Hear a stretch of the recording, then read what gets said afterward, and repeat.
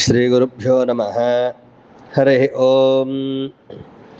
త్రిపుర ఆధ్యాత్మిక పీఠం భక్తులకు, బంధుమిత్ర శ్రేయోభిలాషులందరికీ మరియు యూట్యూబ్ ఛానల్ ద్వారా వీక్షిస్తూ మా అందరికీ సపోర్ట్ చేస్తున్నటువంటి వారందరికీ నమస్కరిస్తూ సాదర స్వాగతం. శ్రీమాత్రే నమః.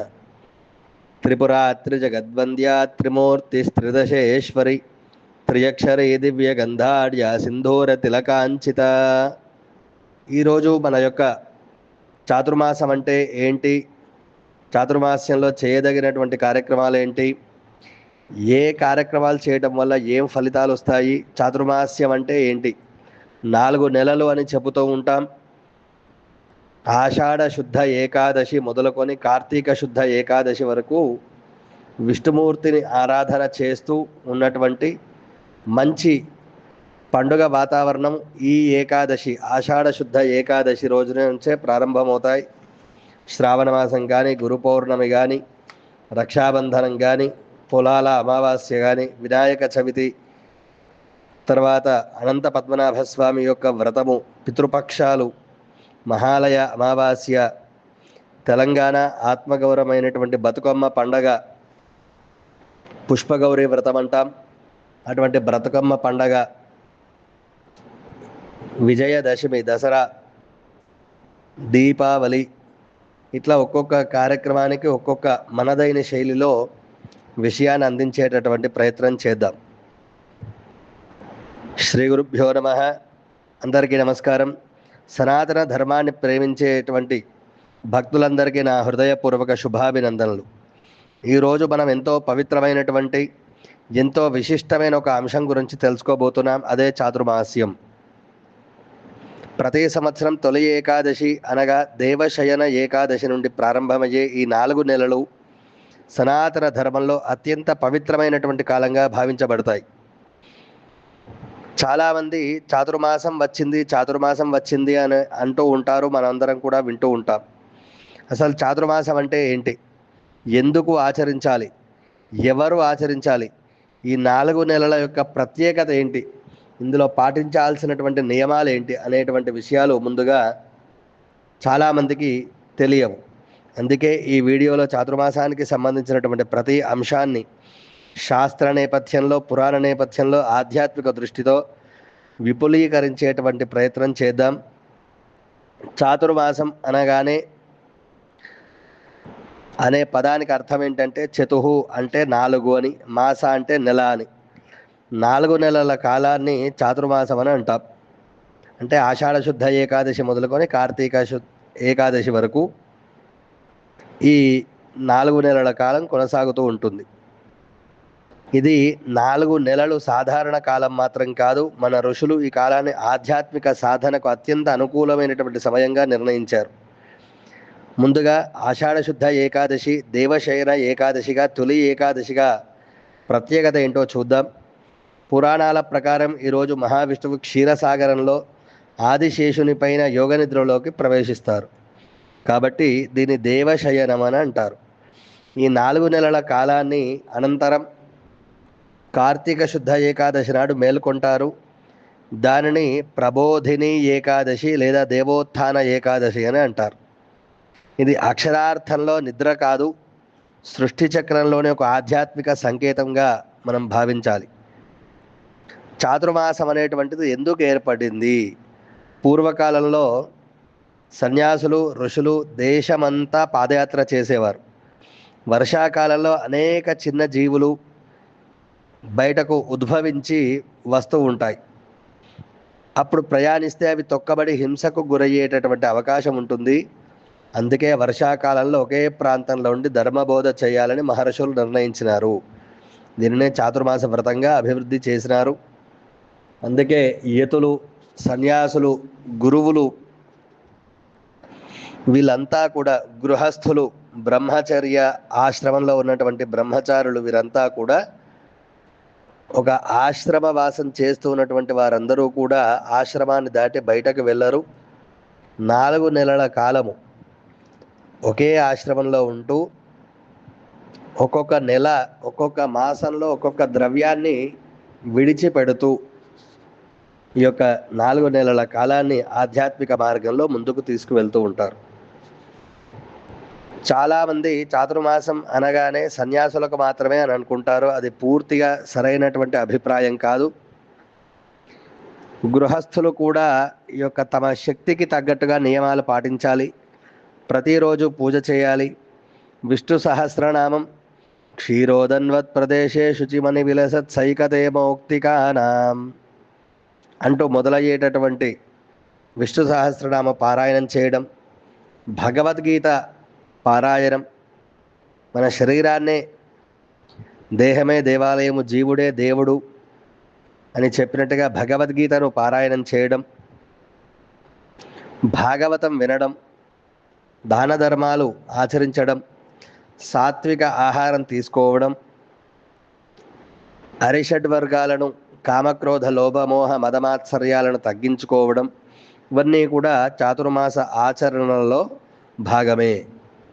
మొదటి నెల 4 నెలల యొక్క విశిష్టత ఏంటో చూద్దాం. మొదటి నెల ఆషాఢ శుద్ధ ఏకాదశి మొదలుకొని శ్రావణ శుద్ధ ఏకాదశి వరకు మొదటి నెల.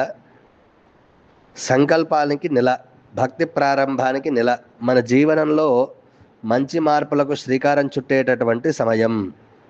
మొదటి నెల ఆషాఢం. శ్రావణ శుద్ధ ఏకాదశి మొదలుకొని భాద్రపద శుద్ధ ఏకాదశి వరకు రెండవ నెల. శివకేశవుల యొక్క ఆరాధనకు అత్యంత పవిత్రమైనటువంటి మాసము. వరలక్ష్మి వ్రతము, నాగపంచమి, రక్షాబంధనము, కృష్ణ యజుర్వేద ఋగ్వేద ఉపాకర్మ, యజ్ఞోపవీత ధారణ ఇత్యాది కార్యక్రమాలన్నీ కూడా ఈ నెలలో వస్తాయి. పొలాల అమావాస్యతో ముగుస్తాయి. మూడవ నెల భాద్రపద శుద్ధ ఏకాదశి మొదలుకొని ఆశ్వీజ శుద్ధ ఏకాదశి వరకు. మూడవ నెలలో భాద్రపద మాసము, వినాయక చవితి, హరితాళిక వ్రతము, ఋషి పంచమి, అనంత పద్మనాభస్వామి యొక్క వ్రతము, పితృపక్ష ఆరంభము, మహాలయ అమావాస్య. ఈ నెలకు దేవధర్మ పితృకార్యాలకు ఎంతో ముఖ్యమైనటువంటిది. నాలుగవ నెల ఆశ్వీజ మాసం నుండి కార్తీక మాసం వరకు నవరాత్రులు, అంటే శరన్నవరాత్రులు, శ్రీదేవి శరన్నవరాత్రోత్సవములు, దుర్గాష్టమి మహాపర్వకాలము, మహర్నవమి, విజయదశమి, శరత్ పౌర్ణిమ,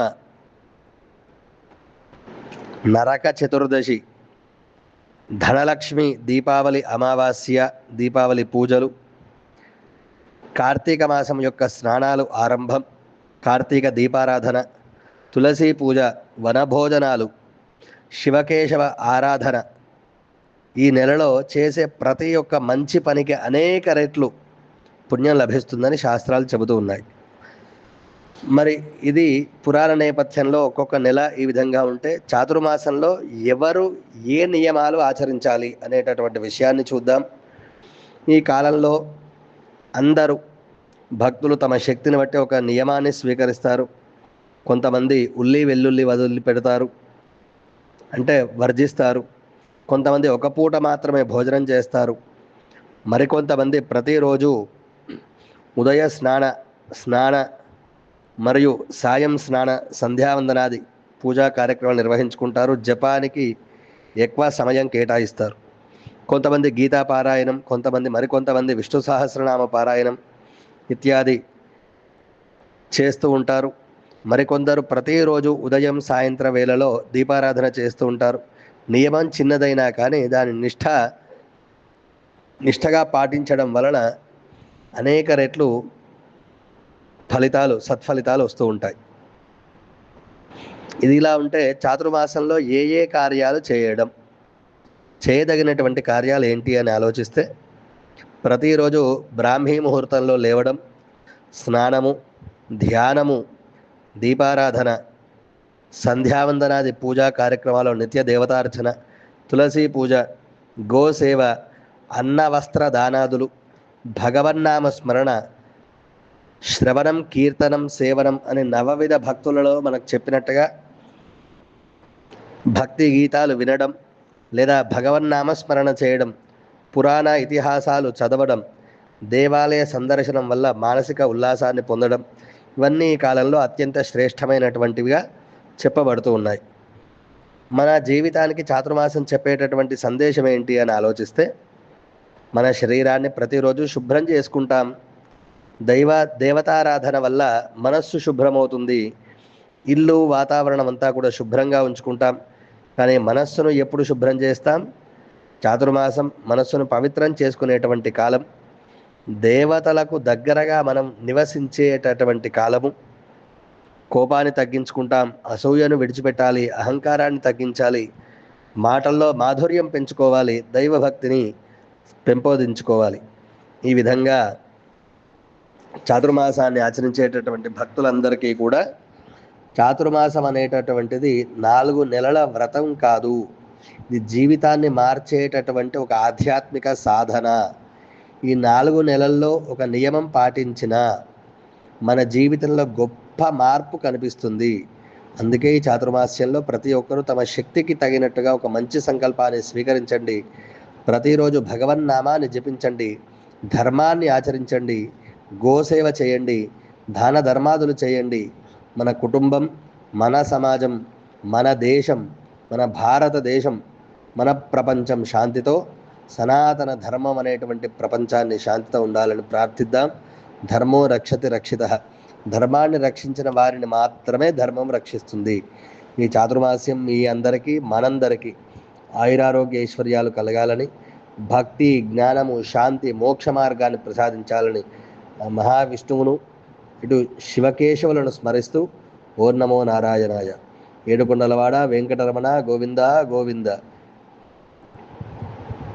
ఈ విధంగా పద్మపురాణం కానీ, భవిష్య పురాణం కానీ, ధర్మసింధు ఆధారంగా స్కాంద పురాణంలో ఇటువంటి ఈ చాతుర్మాస్య వ్రతాన్ని వివరంగా చెప్పినట్టుగా మనం ఆ పుస్తకాలు చదివి ధర్మసింధు, స్కాంద పురాణము, పద్మ పురాణము, భవిష్య పురాణము ఇట్లాంటి పురాణాలు చదివి ఈ విషయాన్ని మీ అందరికీ అందిస్తున్నట్టుగా భావిస్తూ శ్రీమాత్రే నమః. స్వస్తి. మరొక ఆధ్యాత్మిక విషయంతో మళ్ళీ కలుద్దాం. స్వస్తి.